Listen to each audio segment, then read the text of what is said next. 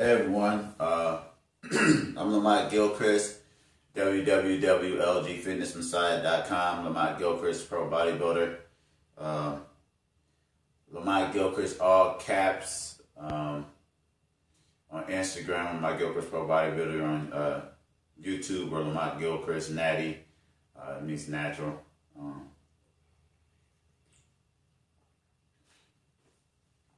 Usually when I post something in my blog in the morning, I usually kind of elaborate on a subject in a video. So I'm gonna give a little explanation to if you go to my Facebook, you'll see the blog post is talk about insulin sensitivity and controlling insulin sensitivity. What makes insulin sensitivity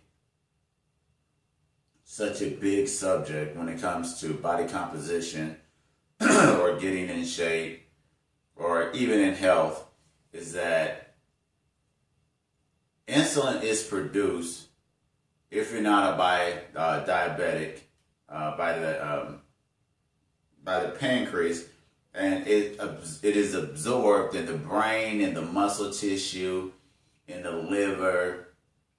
Some a little bit flows through the blood. Unless it gets too high, then the insulin comes and then it's metabolized into fats and lipids subcutaneously, or on the outer levels into the fat cells that we all have. So it is a big hormone that kind of dictates a lot of different things. When I'm training my clients, the last thing that I like to do is eliminate foods. I don't believe that there's no bad food on the planet, really, if it serves a nutritional value for whatever it is that you're going through.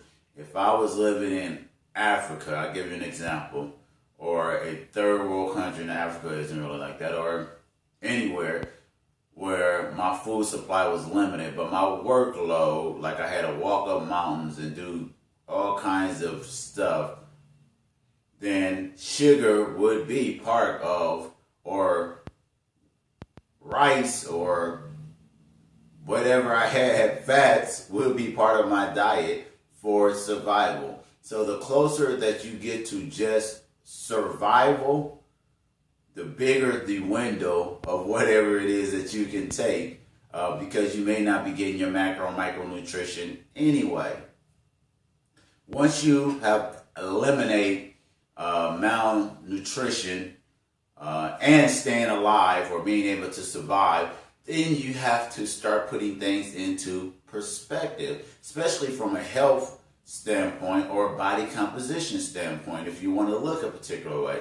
And what I mean by that is everyone cannot eat the same way. Everyone can't do the same thing. Everyone can't take the same diet or do the same thing, because everyone is a genetic individual. You are not the same genetics as your siblings or your parents. You may have genes and similar things that make you look alike, or characteristics and things of that nature. But your body composition, your genetic input, output, what is turned on and what is turned off, is an individual sequence to every living organism on the planet. Very few people have the same, even if you have the same genetic codes and genetic makeups and stuff like that, same DNA in some sense, the things that are turned off and varied and that are recessed from an attitude or from a hormonal standpoint, that are recessed in identical twins, and some other identical twins don't have that recessive characteristics. So it becomes so complex. So stop thinking so in general. Eating nutrition has to be structured for you, the individual, your output, what it is you're trying to accomplish, what is your goals, how much energy do you put out during the day, how active are you, what is it that you will have to supplement with because you're not getting naturally, what is it that you can skip some of the supplementation because you are consuming these things naturally. And so what brings me to what it is that I'm talking about with insulin sensitivity, and the whole reason for my post is that there are certain things that you can do to increase your insulin sensitivity outside of exercising, just from a nutritional standpoint. If you go to my Facebook and read the 5 things that I list, there are actually more things, especially including exercise and other things. But I do not like to, as a professional, eliminate things straight off the bat from people. I like to break it down to the bare necessities, energy. If you go to my website, you'll hear my introduction speak, and it tells you about my program, my Reset Meal Plan. I get you back to what most people do not know what normal should feel like, energy levels. So we balance out energy levels, glucose, glycogen, storage, all those particular things. Then we go forward. So now that your body is functioning and acting the way that it's supposed to respond to carbohydrates, proteins, fats, and other things, if in an ideal microcosm or in the ideal world, that's how it will be done. And most of the time it is similar for almost everyone, but it's different depending on, someone's needs, someone's ability, disabilities, weaknesses. There's so many different factors that determine which direction someone should go.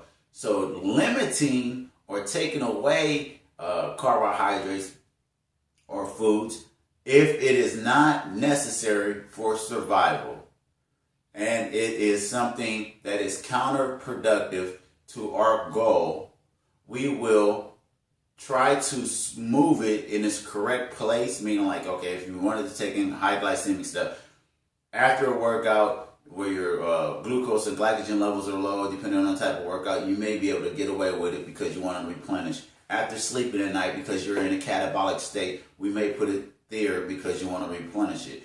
You cannot say you want body composition change and not be willing to move things around and want things to fit in the same structure that you want your dessert at dessert time at 7:30 and this at this time. It doesn't work like that. I mean, you can't even tell your boss that about your job. You want to come in at this time and do this, and the deadline is here, but I'm going to do it later on. It doesn't work like that. Nothing in life works like that if you're trying to be productive or if you're trying to accomplish a goal. So you have to be flexible, and you have to understand that foods are not locked into certain places. Breakfast don't mean the same thing. Dinner don't mean the same thing. It's meals. That's why I don't say really, I say breakfast, or I say lunch, or I say dinner, or things like that, because it's part of our language and it signals a time when you are consuming something. But it doesn't mean that it has to be particular foods in those cases. And to get to my other part about it, then there's certain things that you can take to help with insulin sensitivity, mimicking some of the things, taking away some of the effect of insulin and the elevation of insulins like Garcinia, Cambogia, alpha-lipoic acids. I mean, there's a lot of different things that you can take that can actually, from an herbal or even from a medical standpoint, that will reduce some of that, the properties of insulin going on. I really don't too much like that either, because if you overdo something and you take something to mask it, you don't learn the discipline of not overdoing it. And then the masking part of it, it may be taken away too much sometimes. It may not be taken away enough at some times. So it's a hit or miss type situation. But we do utilize some of those things depending, once again, on your goals and how hard and what it is that you are trying to do. And if it's contest shape, and we're right here getting ready for a contest, yeah, we will use some of those things to kick up our metabolism, to burn a little bit more body fat, to get to glycogen depletion, liver glycogen depletion, so that we can get into triglycerides and fats being broken down and going into the curb system and being utilized as energy. So yeah, we do use some of those components. And then there's the what I like to do, and the approach that I like to take, is the moving things around and eliminating things that have no nutritional value for you, for what it is that you're trying to do.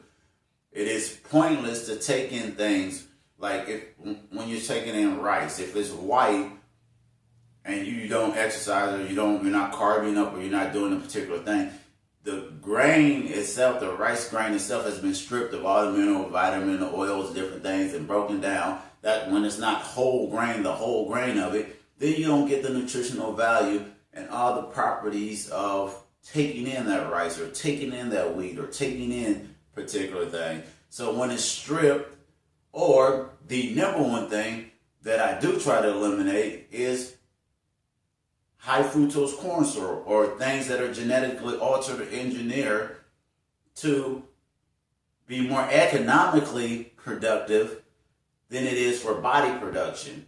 Now, some of those things, once again, are warranted in places where people have to, if it's survival, you're about to die, then high fructose corn syrup in a third world country where you're scrapping for scraps day by day it can be a lifesaver. And storing body fat and creating fat is a lifesaver. You want body fat then, because then you can survive without eating for periods of time. There has been documentation where people have survived for years without eating because they have fat. They ate their own body fat. And so in hard times, fat storage is a great thing when you're living in that kind of community, or if you're living in that type of civilization.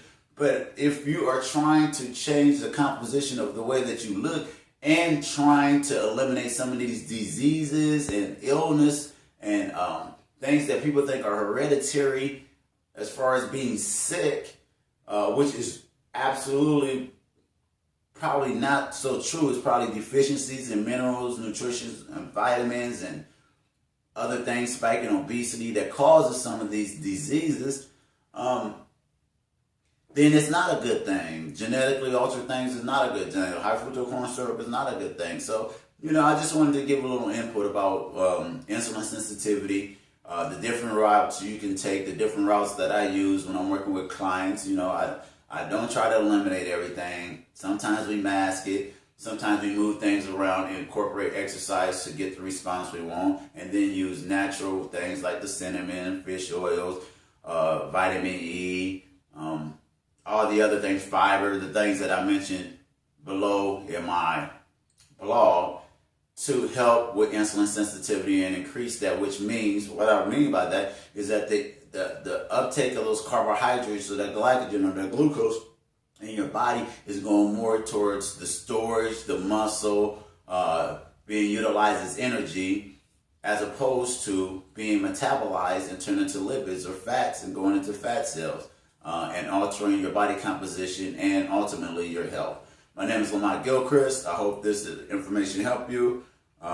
You can contact me, like if you've seen any of my videos or anything else like that. I do contest dieting, nutritional plans, free consultations, exercise videos that I can ship to you. And I also do travel for training sessions, training professional athletes to the regular common person just trying to get in shape. Once again, my name is Mike Gilchrist. Thanks.